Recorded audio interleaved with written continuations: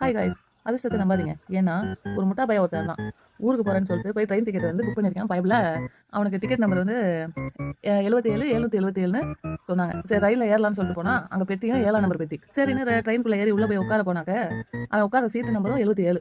ரயில் புறப்படுற நேரமும் 7 மணிக்கு தான் புறப்படுது. எல்லாமே 7 நம்பர்ல இருக்கிறத பார்த்தாவன் என்ன பண்ண ரொம்ப யோசிச்சான். ஸோ நம்மளுக்கு வந்து 7ஆம் நம்பர் தான் ரொம்ப ராசியான நம்பர் போல இருக்கு. அதனால தான் எல்லாமே 7லே முடியுது.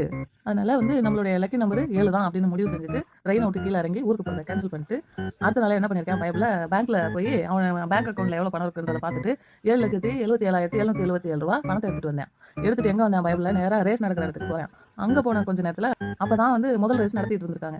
சோ அவன் 7வது ரேஸ் நடக்கிற வரையும் வெயிட் பண்ணி இருந்து 7வது குதிரை மேல பந்தயத்தை கட்டியிருக்கான். இதுல என்ன ஒரு ஆச்சரியம் தெரியுமா, அந்த 7ஆம் நம்பர் குதிரை முதல்ல வரும்னு எல்லாம் எதிர்பார்த்தா 7வது இடத்துல தான் நின்னுச்சு. அப்ப முதல்ல வந்த குதிரை எல்லாம் வேற வேற நம்பர், எல்லா இடத்தையும் பிடிச்சி போயிருச்சு. இந்த 7ஆம் நம்பர்ல கட்டின குதிரை கரெக்டா அந்த 7ஆம் நம்பர் தான் பிடிச்சிருக்கு. அந்த குதிரை மேல கட்டின பணம் மொத்தமும் 50 ஆயிருச்சு. அதுல இருந்து அவனுக்கு என்ன பிடிச்சிருச்சு, 7 சனியும் பிடிச்சிருச்சு. இதுல இருந்து என்ன தெரியுது, உழைப்பை நம்பாம அதிர்ஷ்டத்தை நம்பி இருக்கிறவங்களுக்கு இதுதான் கதி. பிடிச்சா லைக் பண்ணுங்க. தேங்க்யூ. சரி, என் தலையெழுத்து என்னவோ அதானே நடக்கும்.